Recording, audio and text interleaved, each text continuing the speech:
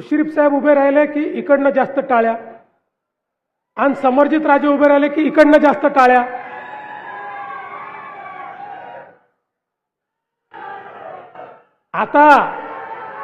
आता याच्या पुढे अरे अशांत टापू थांबा.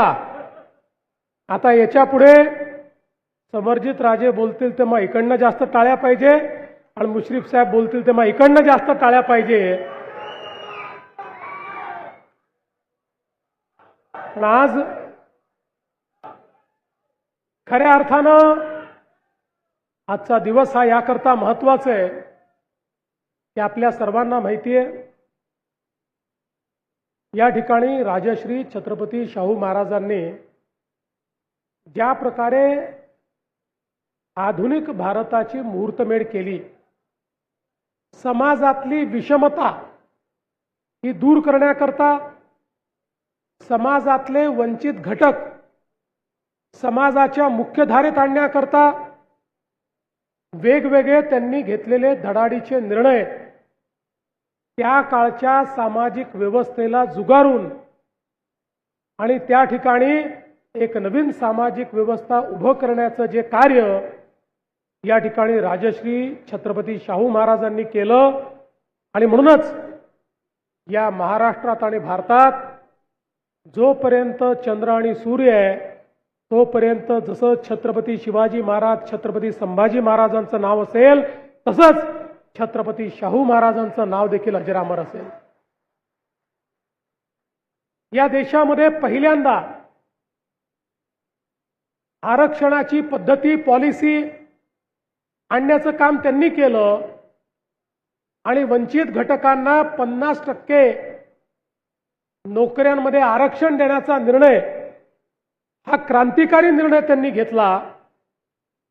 आणि एवढंच नाही तर आज आपल्या देशामध्ये कायदा आहे मोफत आणि सक्तीच्या शिक्षणाचा. पण या देशामध्ये राजश्री शाहू महाराज असे द्रष्टे राजे होते की त्यांना माहिती होतं समाजाचं कल्याण करायचं असेल तर शिक्षण हेच महत्त्वाचं आहे. म्हणून सर्वात पहिल्यांदा या संस्थानामध्ये त्यांनी मोफत आणि सक्तीच्या शिक्षणाचा कायदा आणला. आणि नुसता कायदा आणून थांबले नाहीत. कायदा आणणं सोपं असतं, पण त्या कायद्याच्या अनुरूप व्यवस्था उभ्या कराव्या लागतात. शाळा उभ्या राहिल्या पाहिजेत, महाविद्यालय उभी राहिली पाहिजेत, वसतिगृह उभी राहिली पाहिजेत. वंचितांकरता शिक्षणासोबत ज्यांना राहायला जागा नाही, खायला काही नाही, त्यांनाही शिक्षण मिळालं पाहिजे. याकरता अनेक व्यवस्था छत्रपती शाहू महाराजांनी या ठिकाणी उभ्या केल्या, आणि त्या माध्यमातून निश्चितपणे शिक्षणाचा जो प्रचार आणि प्रसार हा छत्रपती शाहू महाराजांनी केला तो आपल्या सर्वांना या ठिकाणी ज्ञात आहे. समाजामधली जाती व्यवस्था, विषमता, आणि या समाजातलं सर्वात मोठं पाप म्हणजे या ठिकाणी कोणाचा स्पर्श झाल्यामुळे कोणीतरी बाटतं अशा प्रकारची एक अतिशय हीन भावना या समाजामध्ये ज्यावेळी बळावलेली होती. अस्पृश्यता हा रोग, हा अभिशाप जेव्हा समाजात प्रामुख्यानं होता त्यावेळी त्या अस्पृश्यतेला केवळ पाप नाही तर त्याला गुन्हा समजून या अस्पृश्यतेवर बंदी घालण्याचं काम राजश्री शाहू महाराजांनी या ठिकाणी केलं, आणि एक नवीन सामाजिक क्रांतीची सुरुवात शाहू महाराजांनी केली. आमच्या समाजामध्ये दुर्दैवाने महिलांचं स्थान हे कुठेतरी दुय्यम झालं होतं. खरं तर महात्मा ज्योतिबा फुले यांच्या विचाराचा देखील मोठा परिणाम हा छत्रपती शाहू महाराजांवर होता, आणि त्यावेळी महिलांच्या संदर्भात शाहू महाराजांनी जे निर्णय घेतले, मग विधवा विवाहाचा विषय असेल, बालविवाहाला प्रतिबंध करणं असेल, देवदासी प्रथा पूर्णपणे बंद करणं असेल, खऱ्या अर्थानं महिलांना प्रतिष्ठा देण्याचं काम या ठिकाणी छत्रपती राजश्री शाहू महाराजांनी केलं आणि त्यातून एका नवीन समाजाची निर्मिती त्यांनी केली. ते नेहमी म्हणायचे की भारतीय पारतंत्र्याचं बीज हे विषमतेमध्ये आहे. मग ती विषमता जातीची असो की ती विषमता स्त्री पुरुषांमध्ये असो, जोपर्यंत ही विषमता आम्ही संपवणार नाही तोपर्यंत खऱ्या अर्थानं आम्ही स्वतंत्र राहू शकणार नाही. आणि म्हणून हे अत्यंत महत्त्वाचे विषय सातत्याने त्या ठिकाणी केले. आणि हे सगळं करत असताना आमचा जो शेतकरी आहे, या शेतकऱ्यांकरता देखील जो सावकाराच्या कर्जामध्ये त्या ठिकाणी सातत्याने बुडायचा, त्याला संस्थात्मक कर्ज मिळालं पाहिजे, अशा पद्धतीचा विचार मांडत तशा पद्धतीच्या व्यवस्था मग सहकारातून असेल किंवा इतर बाबतीतून असेल त्या व्यवस्था तयार करण्याचं काम त्यांनी केलं.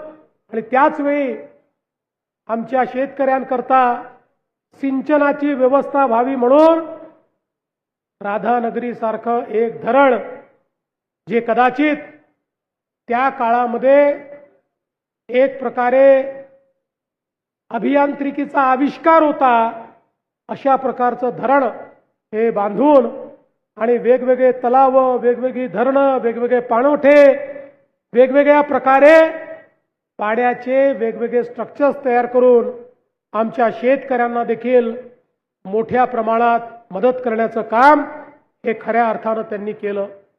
आणि म्हणूनच आज ज्यावेळी राजश्री छत्रपती शाहू महाराजांचं कार्य आपण पाहतो, एक व्यक्ती आपल्या जीवनामध्ये काय परिवर्तन घडवू शकतो, कशा प्रकारे समाजाला बदलू शकतो आणि कशा प्रकारे राष्ट्राला दिशा देऊ शकतो, हेच त्यांच्या जीवनातनं आपल्याला पाहायला मिळतं.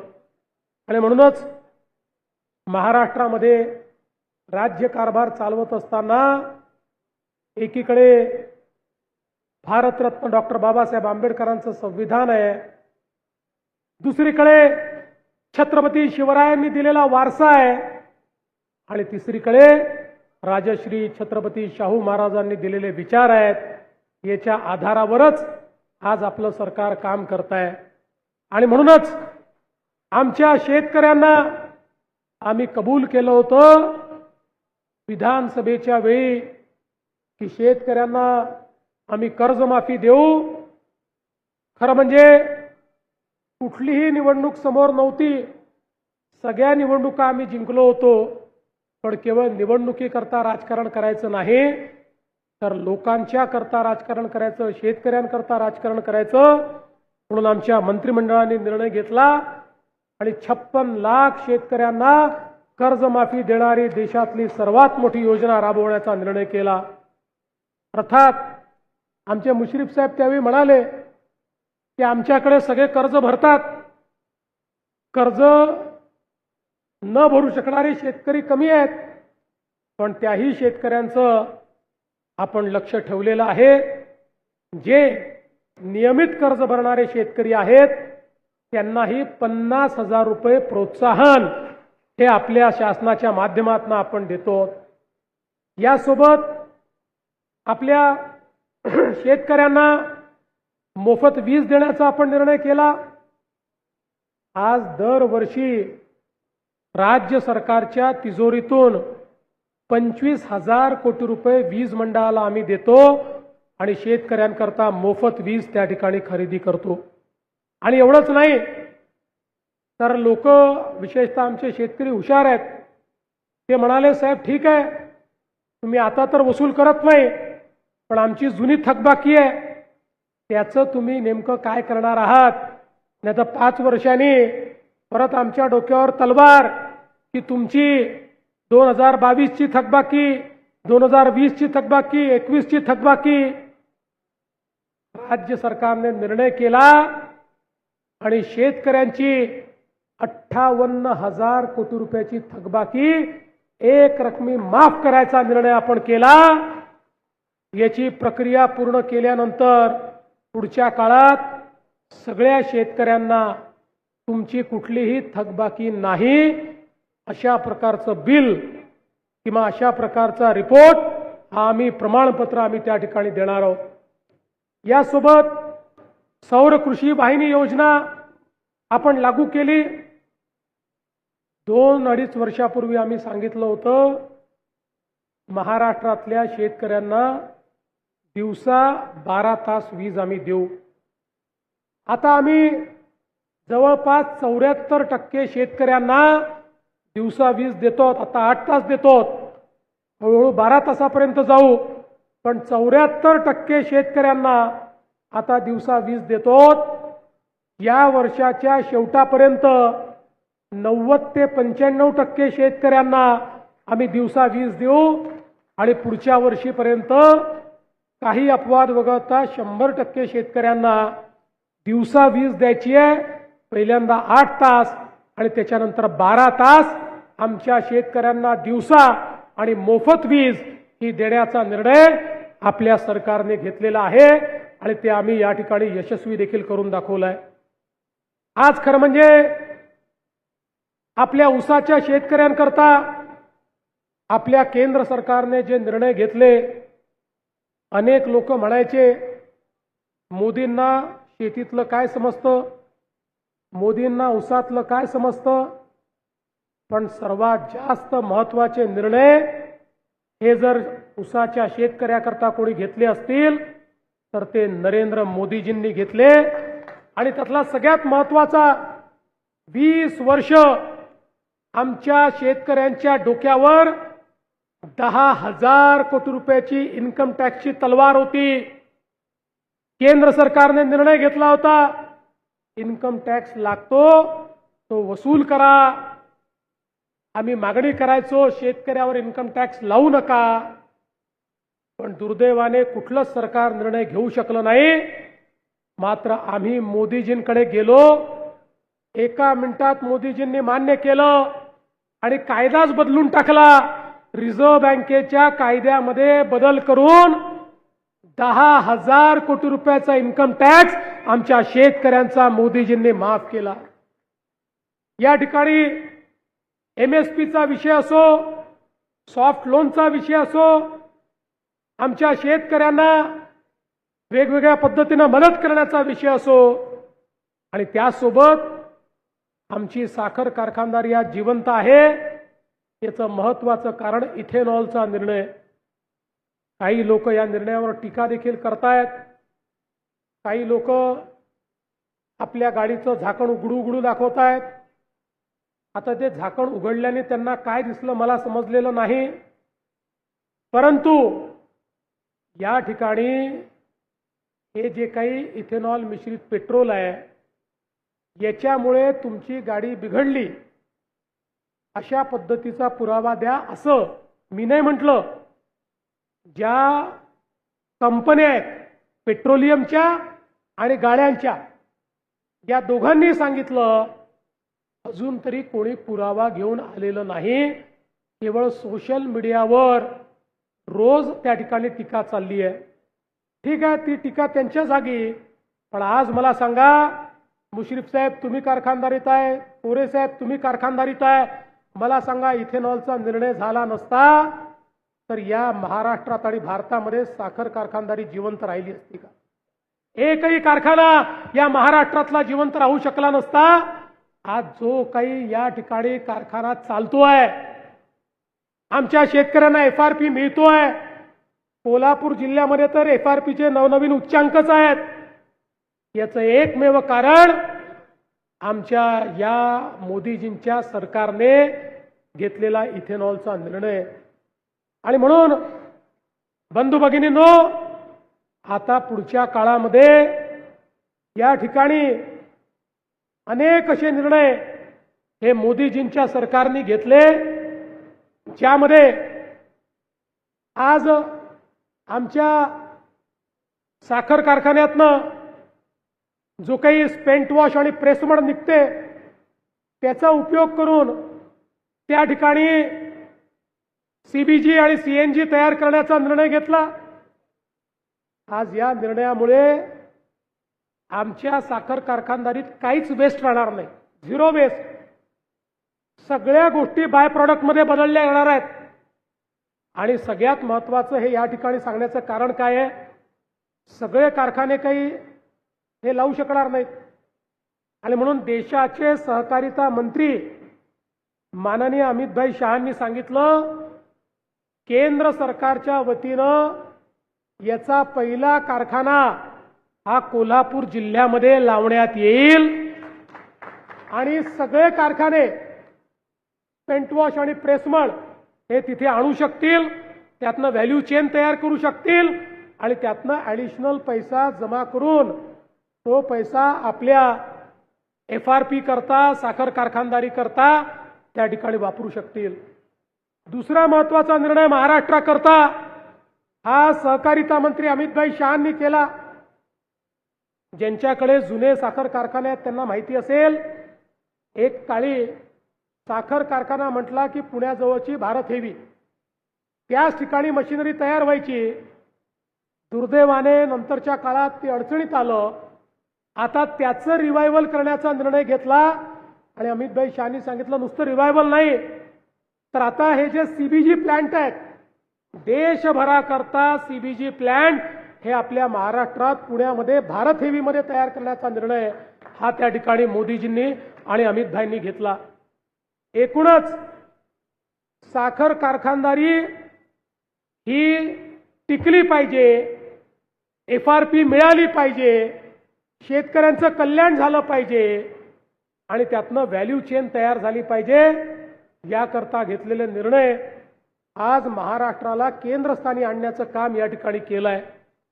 अर्बन बँकांकरता सगळ्यात महत्त्वाचा निर्णय समरजित राजे झाला. आपल्या अर्बन बँकांकरता कुठली अपेक्स इन्स्टिट्यूशन नव्हती. एखादी जिल्हा बँक अडचणीत आली तर राज्य बँक होती, राज्य बँकेच्यावर नाबार्ड होतं.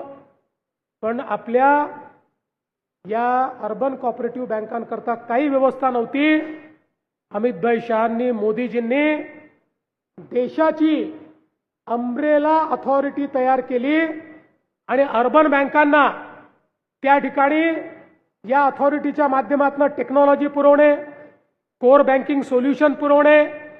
ज्यांच्याकडे एकच ब्रँच आहे त्यांना टेक्नॉलॉजी वापरता येत नाही, त्यांना ती त्या ठिकाणी देणे, त्यांची बॅलन्स शीट तयार करून देणे, त्यांचं ट्रेनिंग करणं, त्यांच्याकरता आवश्यकता पडली तर वित्त उभारून त्या वित्ताच्या माध्यमातून त्या बँकांना बाहेर काढणं, अशा पद्धतीची देशातली पहिली अम्ब्रेला अथॉरिटी तयार केली.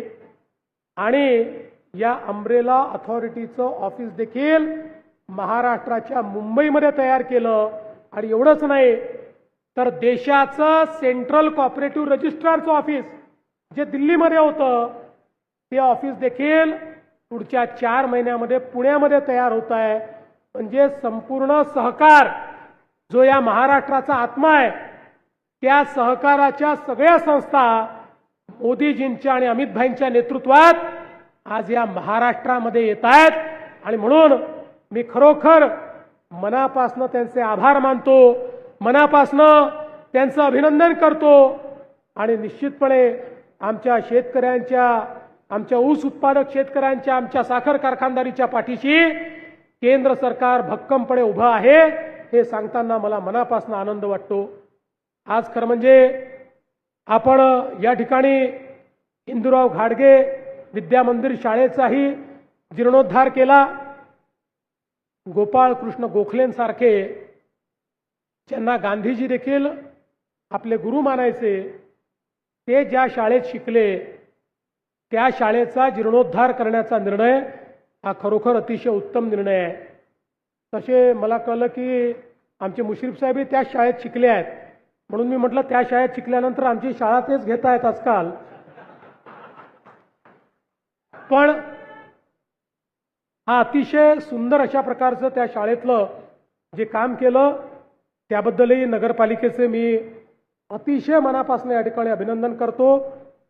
नगरपालिकेच्या अध्यक्षांनी खरं म्हणजे राजे मला म्हणाले की त्या मुख्याध्यापक आहे, हे म्हटल्यावर मी घाबरलो होतो. 45 मिनिटं का 55 मिनिटं, पण त्यांनी आपल्या मागण्या आपल्यापुढे सादर केल्या.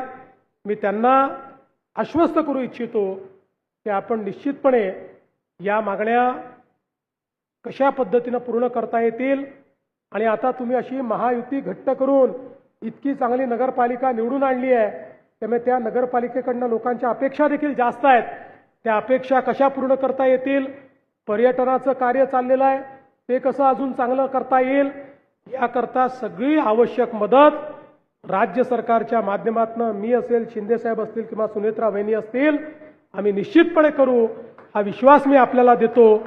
आणि एका अतिशय सुंदर अशा कार्यक्रमाकरता आपण या ठिकाणी मला निमंत्रित केलं, त्याबद्दल आपले मनापासून आभार मानून मी माझे 2 शब्द संपवतो. धन्यवाद. जय हिंद, जय महाराष्ट्र. धन्यवाद साहेब.